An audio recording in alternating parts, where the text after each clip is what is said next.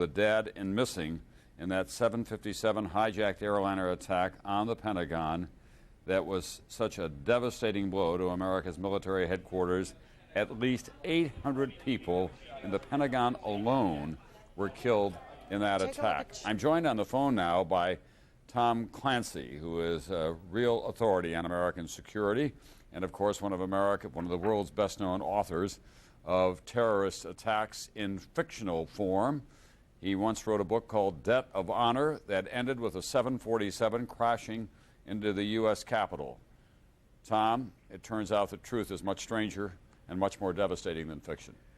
Well, Tom, it always is. And, one of the problems with being a writer of fiction is keeping up with all the perversity of the real world. It's just a horrible event. And, it's all, we're talking over 10,000 American dead, and that's about as bad as it gets. When you first heard these reports today of hijacked planes being flown into the Twin Trade Towers and into the Pentagon, what was your initial reaction? I wouldn't have written this into a novel because I would not have regarded it as a credible threat. 4 people willing to give their lives up for their cause in a period of a few hours. That's not very. It's just hard to grasp. It's hard to wrap your mind around something like that. Well, the other thing that we have to say is that this was a very efficient, in a cold-blooded fashion, and a very sophisticated and a very complex operation that didn't happen in just the last 48 hours or so. Well, obviously, there were some months or weeks or months or potentially even years of preparation went into this. I mean, pardon me for putting it this way, but it was a beautifully planned operation. Pearl Harbor achieved tactical surprise and achieved the objective of the Japanese Navy, so this operation achieved the objective of its perpetrators. We want to put on the screen now, Tom, and have you watch it at home as well.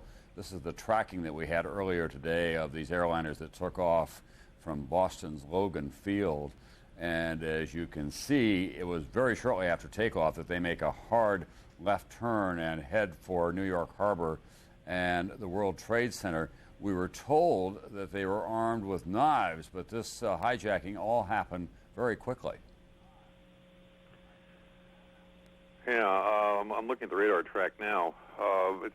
It's somewhat surprising that the air traffic control system wasn't alerted by this, but I don't know I'm not a pilot. I don't know the ins and outs of that. Well, one of the things that happened apparently is that the hijackers were so sophisticated they knew to turn off the transponders.